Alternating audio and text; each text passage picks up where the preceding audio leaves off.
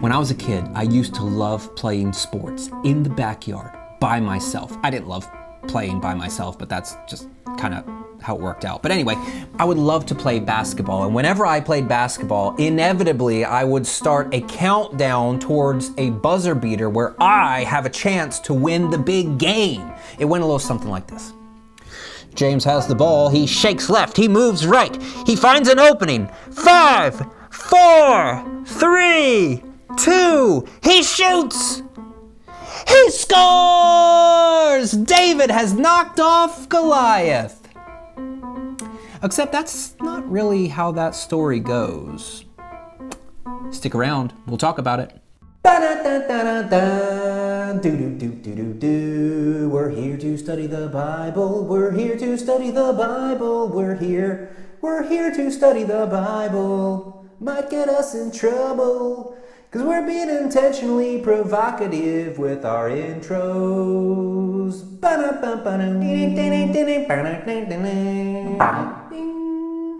The story of David and Goliath is easily one of the most well-known stories in the entire Old Testament, if not in the entire Bible. It's well known in our culture, perhaps due to its usage as a description of a lopsided matchup in modern competition, whether it's sports or politics. If there's ever an underdog who, from the looks of things, stands zero chance whatsoever of winning, we refer to it as a David and Goliath story.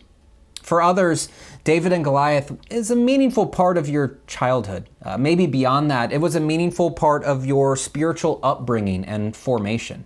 You might have fond memories of your Sunday school days, learning about David, that brash young little shepherd boy with 5 smooth stones and a slingshot and an unshakable faith in the Lord. When everyone else was scared to move in Israel, David shirks the armor of the king and, approaching the giant Goliath, secures victory for all of Israel.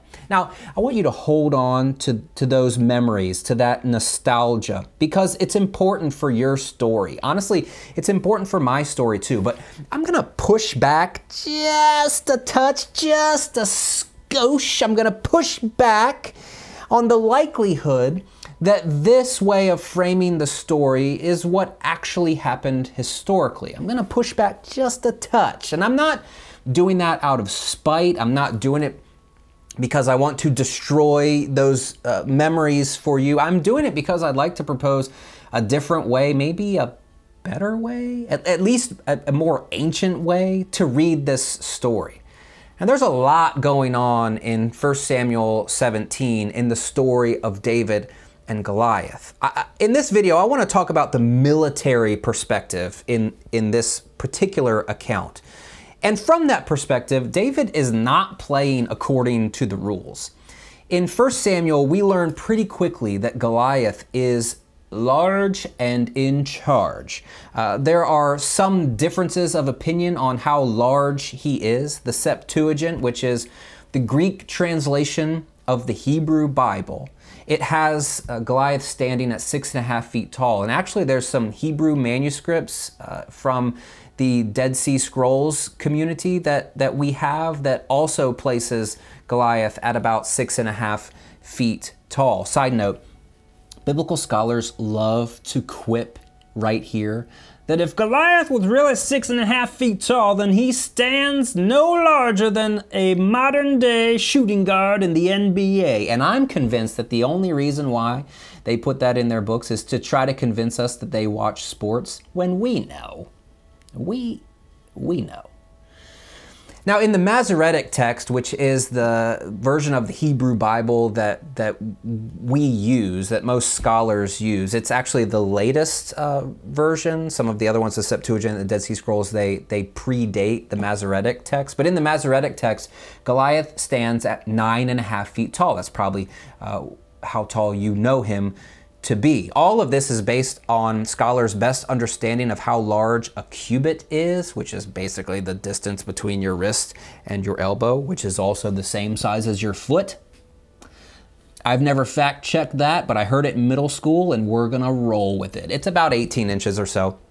Now, apparently there's another way that you can understand the length of a cubit. It's a long cubit, according to Frank Moore Cross. And that would put Goliath at about 8 feet tall. Baruch Halpern, who's a Jewish scholar, says either way we understand this. During the transmission of the Masoretic text, which is that last Hebrew text that we have, Goliath enjoyed a growth spurt, moving from 6.5 feet to 9.5 feet. You can just tuck that one away. Goliath is also outfitted in a lot of armor. Halpern, again, is helpful in helping us to understand what this might look like. He summarizes the scene in this way. Goliath wore a helmet and a cuirass of bronze plates, weighing more than 110 pounds. Cuirass, that's a beautiful word. You know that guy's not watching the NBA, right? You don't use words like that and watch the NBA. Anyway, okay. All of this, the helmet and the cuirass of bronze plates, it weighs more than 110 pounds. He wore greaves to protect his legs, and a bronze sword was strapped across his back. This is a scimitar. It's a curved bronze sword. The shaft of his spear was like a weaver's beam, according to the Bible. And Halpern would say that that last phrase, like a weaver's beam, it doesn't refer to the weight of the spear, but more to the rope that's wrapped around the butt of the spear to serve as a handle. People disagree on this. Either way, the spear that Goliath carried, according to Halpern, was a thrusting weapon, not a ballistic one. You're not going to throw this one because it's got a tip that's 15 pounds. When I was in middle school, we had a shot put one time, and instead of doing a real shot put, I tried to throw it like a baseball. I think I tore my rotator cuff at that point. Two things to note from this description of Goliath's armor. One, according to another Old Testament scholar, Stephen Mackenzie, he would say there was never a soldier equipped like Goliath. No, I mean really, there was never a soldier equipped like Goliath. He continues, his outfit is drawn from the writer's knowledge of different kinds of weaponry that is, in the writer's day. So what we have in our biblical story of David and Goliath is an image of Goliath in 1000-ish BC, outfitted in armor from later eras. It's anachronistic. It's like Abraham Lincoln with a cell phone. It's stuff that doesn't happen. And also, Goliath is wearing armor that doesn't match the depiction of Philistine warriors of the time, according to iconographic evidence, like pictures in Egyptian reliefs that depict the Philistines, and they're not outfitted in armor like this. That's the first thing that we need to note. Goliath is like a soldier that was never equipped like this before. Point number two, Goliath was clearly outfitted for hand-to-hand combat, which piques the interest of some ancient interpreters. One noted the biblical language of Goliath in the story sort of lumbering around, struggling to get near David for what seems to be like an eternity. For example, in verse 41, it says, David has a stick in his hand. That'll be important in a moment. David has a stick in his hand and a slingshot in the other hand, and he came forward toward the Philistine. Quote, and the Philistine was drawing near to David. In verse 42, Goliath looks and sees David and despises him. He's still at a distance. In verse 43, Goliath says, am I a dog that you should come to me with sticks? There's still this distance that needs to be traversed. Also note, David had stick, singular. In verse 43, Goliath says, am I a dog that you would come to me with sticks? Plural. Now, some people go crazy with this little difference in the text. They would say that the reason why Goliath was so big is because he has a tumor in his pituitary gland, which makes him not only be super tall, it also affects his vision, so he sees double. So David doesn't have one stick, he has two sticks. Isn't it fun? It's just fun.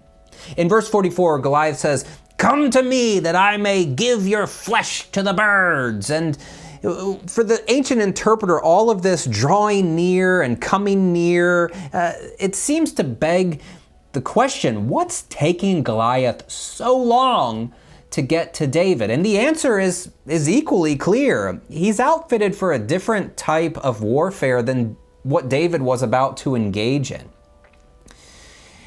We have this understanding of David's trust in God, that he, as the underdog, will be able to survive the fight because of his piety, because of his trust, because a miracle is about to happen, which launches into pastors saying, so what's your miracle?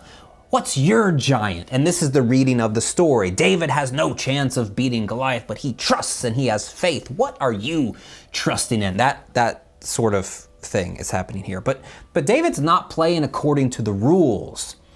Goliath is armed as a heavy infantry man, and he's ready for hand-to-hand combat. Don't you love how graceful that was?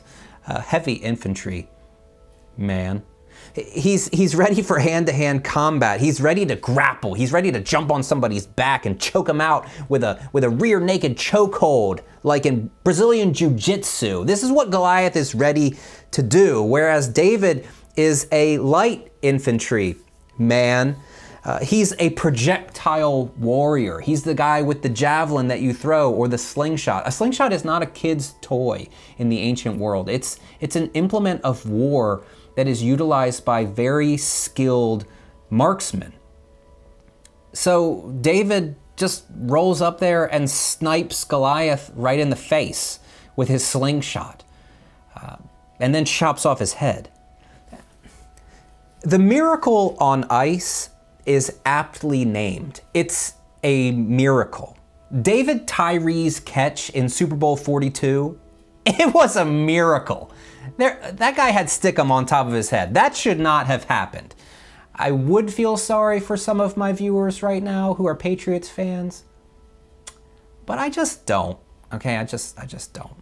The Mississippi State Bulldog buzzer beater against UConn, snapping their 111 game winning streak, which I think would have been their 4th national championship in a row. Check me on that. In the 2017 NCAA Women's National Basketball Championship game, that was a miracle. That should not have happened. But David beating Goliath, that was a mismatch. So let's go back to Sunday school for a second. Your teacher wasn't wrong. In the story, David trusts in God. That's the depiction that we get. Your teacher wasn't wrong. In the story, no one else in Israel was defending the name of the Lord, least of all Saul. Remember, he's tall. He's supposed to be the guy, but he wasn't doing it. Your teacher wasn't wrong. This is an important moment for us to see some of the character of David. And clearly, the author of 1 Samuel wants us to view David through the lens of this particular story. But historically speaking, your teacher might have been wrong that little David never stood a chance. Because if you're wearing hundreds of pounds of armor, and if you're looking to put somebody in a rear naked choke, then don't mess with a dude with a sling. In the next video, we're going to unpack this story even more. And again, I would encourage you, don't invite your Sunday school teacher to watch, because this one might hurt even more.